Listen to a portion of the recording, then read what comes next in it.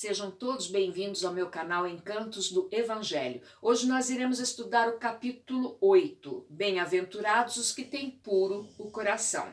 Então essa é a terceira bem-aventurança. Só relembrando para aqueles que não assistiram aos vídeos anteriores, as bem-aventuranças são os ensinamentos que Jesus pregou no Sermão da Montanha para revelar aos homens a verdadeira felicidade. Então, bem-aventurado é aquele que é feliz porque cumpre as leis de Deus. Mateus, no capítulo 5, versículo 8 do seu evangelho, disse que Jesus ensinou o seguinte: bem-aventurados os que têm puro coração, porquanto verão a Deus.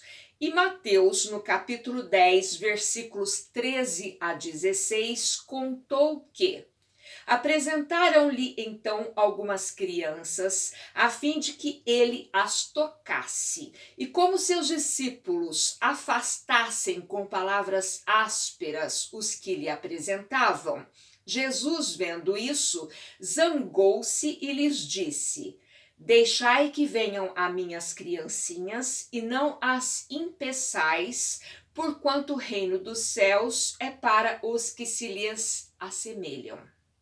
Digo-vos em verdade que aquele que não receber o reino de Deus como uma criança, nele não entrará.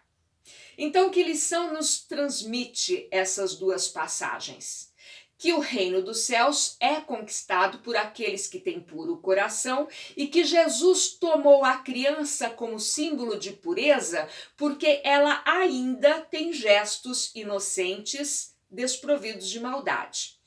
Mas Jesus não disse que o reino dos céus é das crianças, tá bom? Ele deixou bem claro que o reino dos céus é para aqueles que se assemelham às crianças.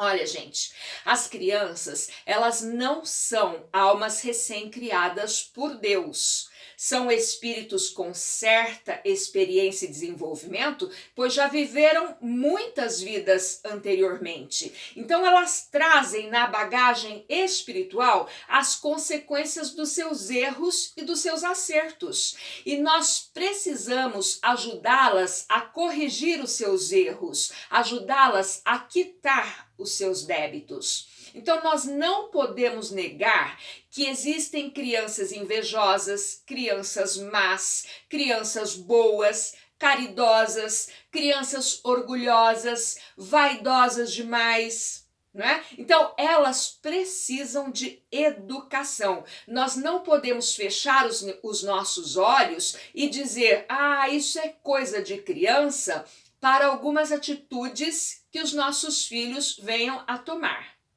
E é na infância física que nós devemos dar essa educação. Até os 7 anos, a criança aprende tudo que ensinarmos a ela.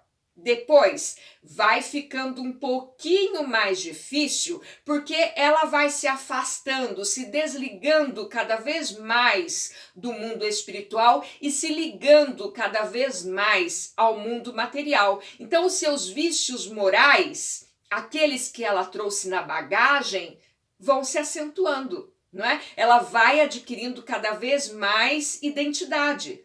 Só que nós não devemos desistir das crianças, nada disso. Nós aprendemos até depois de grande, não aprendemos? Então não podemos desistir dela.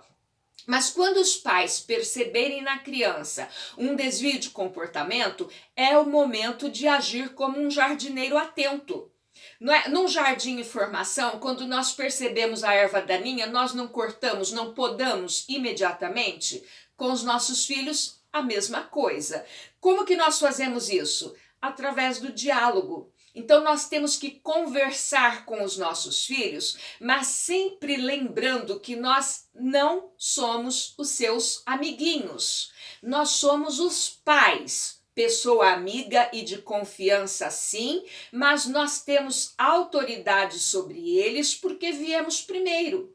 Então a mãe e o pai têm que ser respeitados porque eles foram escolhidos pela inteligência suprema do universo, que é Deus, para conduzir aquela família ao bem. É um assunto difícil, complicado, mas nós iremos entrar num outro assunto mais polêmico ainda.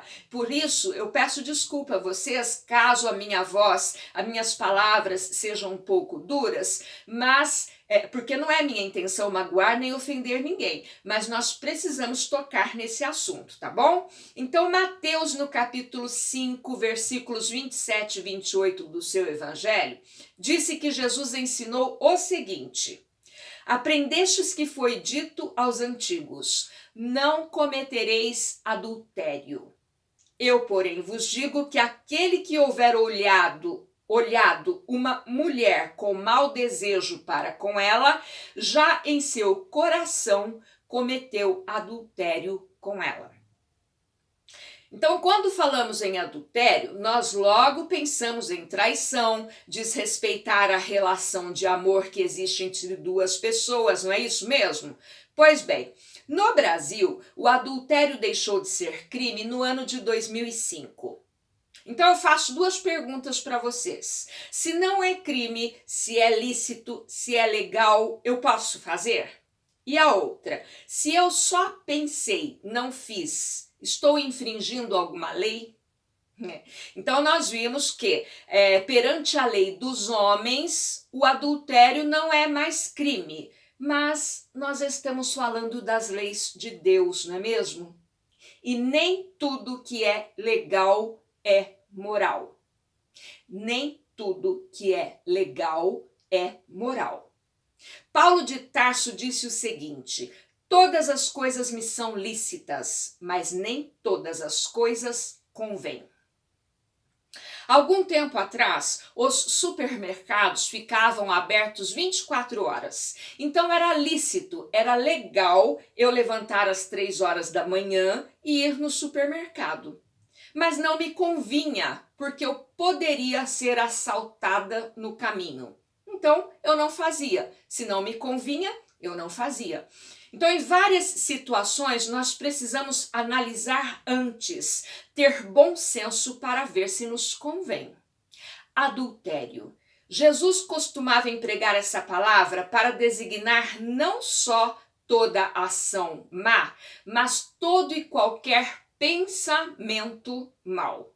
Portanto, desejar o mal a alguém, cobiçar o que não é nosso, mesmo que não o tenha praticado, é infringir as leis de Deus, pois houve o propósito, houve a intenção. Lembrando que tudo que fazemos ou desejamos aos outros, seja de bom, seja de mal, provoca reação sobre nós, tanto em bênçãos quanto em sofrimentos. Então, que lição que nós podemos tirar deste estudo? A de que devemos manter nosso coração livre de pensamentos mesquinhos e inferiores, como a maioria das crianças, e nos esforçar para cultivar pensamentos elevados. Como que nós nos livramos dos maus pensamentos? Orando. Orando, atrairemos bons pensamentos e iremos nos manter vigilantes. A oração é a nossa melhor aliada nos momentos difíceis. Quando eu não sei mais o que fazer, eu paro e oro. Sabe, professora Terezinha Oliveira, palestrante do Centro Espírita Allan Kardec de Campinas, ela fala que não estamos procurando a santidade em ninguém. E é verdade, não é? Nós não precisamos ser santos, mesmo porque somos espíritos imperfeitos e no atual estágio evolutivo em que nos encontramos, não iremos conseguir. Mas hoje eu ouvi uma frase que fala assim: somos imperfeitos, mas o mundo precisa da perfeição que já adquirimos. Se eu já errei muitas vezes, irei errar outras tantas, mas eu preciso tentar não errar mais, ao menos tentar, não é isso? Não é esse o nosso objetivo? Tentar ser uma pessoa melhor?